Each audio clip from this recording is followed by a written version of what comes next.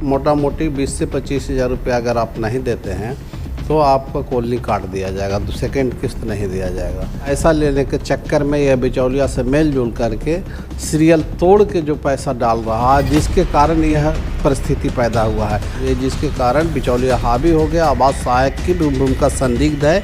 आवास सहायकों पर भी कार्रवाई के लिए कल प्रखंड विकास पदाधिकारी ने 2 आवास सहायकों के विरुद्ध लिखा है मेरे सामने। जो भी 1 रुपया है या 100 रुपया सरकार का योजना सीधे जनता को भेज देते हैं। 2 बार प्रमुख चुनकर आए हैं, तो आगे की क्या रणनीति है?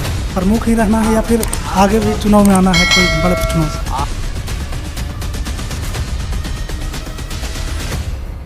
जय हिंद, नमस्कार। मैं आर के रंजन, सच बिहार न्यूज़ 18 के साथ। अभी इमामगंज प्रखंड के हर पंचायत में आवास योजना के लाभुकों से किसी से 10,000, किसी से 15,000, किसी से 20,000 ऐसे करके पैसे लिए जा रहे हैं। आप लोगों ने वीडियो भी देखा होगा, कई लोग बयान भी दिए हैं।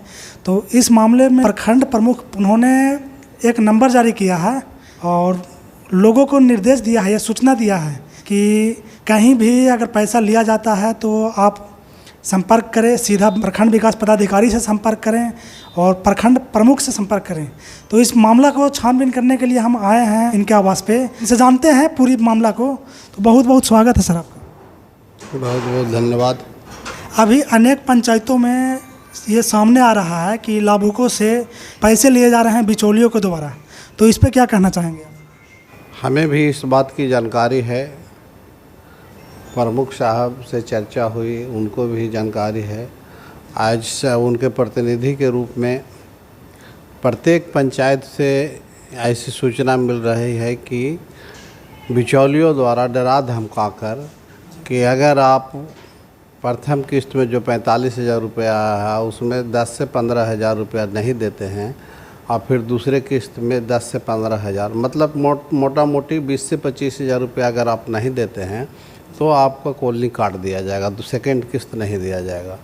इस संदर्भ में झिकटिया पंचायत से 3 आवेदिका महिला दलित वर्ग के लिखित शिकायत मेरे पास वो लोगों ने किया है, जिसको हमने फॉरवर्ड कर दिया है प्रखंड विकास पदाधिकारी को कि इन लोग पर मुकदमा दर्ज किया जाए, और साथ ही साथ जिला पदाधिकारी को भी मेल कर दिया है। उसी तरह से नागमा पंचायत का भी शिकायत लिखित आया है और छकरबंधा पंचायत के वार्ड नंबर 6 से 10 आदमी ने लिख के दिया है कि हम लोग से 10-10 हज़ार रुपया लिया गया है। तो आज तत्काल रूप से एक नंबर जारी किया गया है प्रमुख द्वारा कि अगर कहीं बिचौलिया पैसा लेता है तो आप इस नंबर पर संपर्क करें और उसको उन पर प्राथमिकी दर्ज कराई जाएगी। हर हालत में ऐसा विश्वास हम करते हैं कि सारे पदाधिकारी भी इसमें सहयोग करेंगे। अगर जो पदाधिकारी सहयोग नहीं करेंगे, जिला पदाधिकारी के पास जाएंगे, कमिश्नर साहब के पास जाएंगे, बात सुनेंगे और कार्रवाई की जाएगी। और बिचौलिया के भी सावधान किया है कि जो बिचौलिया ने पैसा लिया है वो तत्काल वापस कर दे, वरना FIR के लिए तैयार रहे। वैसे क्या कारण हो सकता है ये धांधली का? उसमें आवास सहायक लोग लालच में पड़ के जो सीरियल है उसको बीच बीच में तोड़ के या पैसा लेने के चक्कर में यह बिचौलिया से मेल जोल करके सीरियल तोड़ के जो पैसा डाल रहा है, जिसके कारण यह परिस्थिति पैदा हुआ है।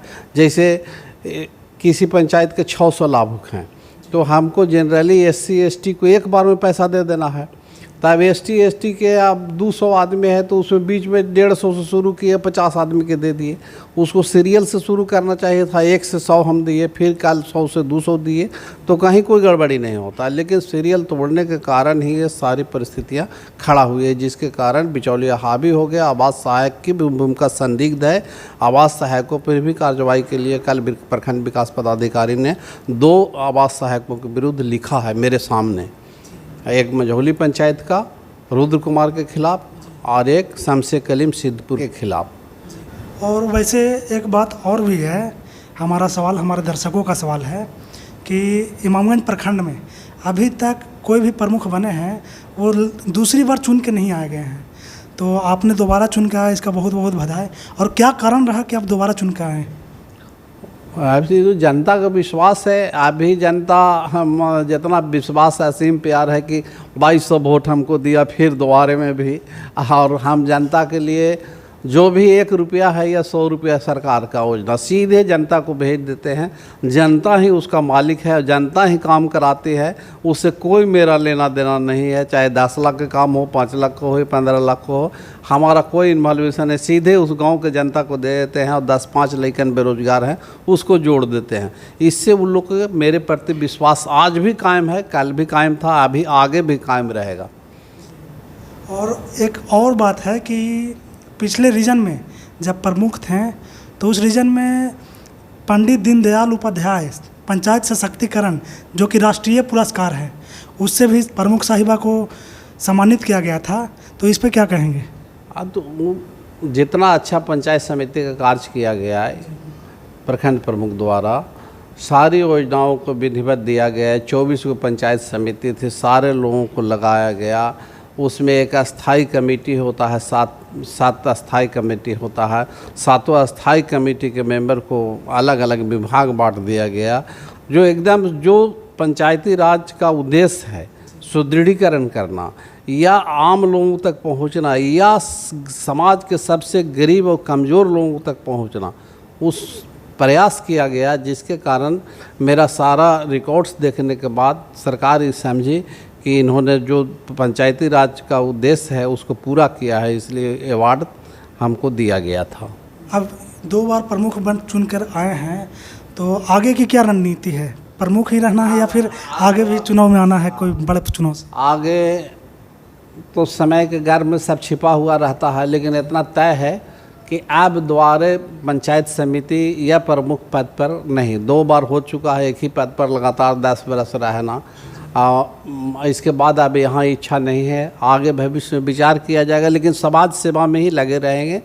और राजनीति से हम लोग का बैकग्राउंड का रहा है मन जुड़ाव, आगे ज़रूर जुड़ते रहेंगे और देखेंगे जैसा सिचुएशन बनेगा वैसा कार्य करेंगे।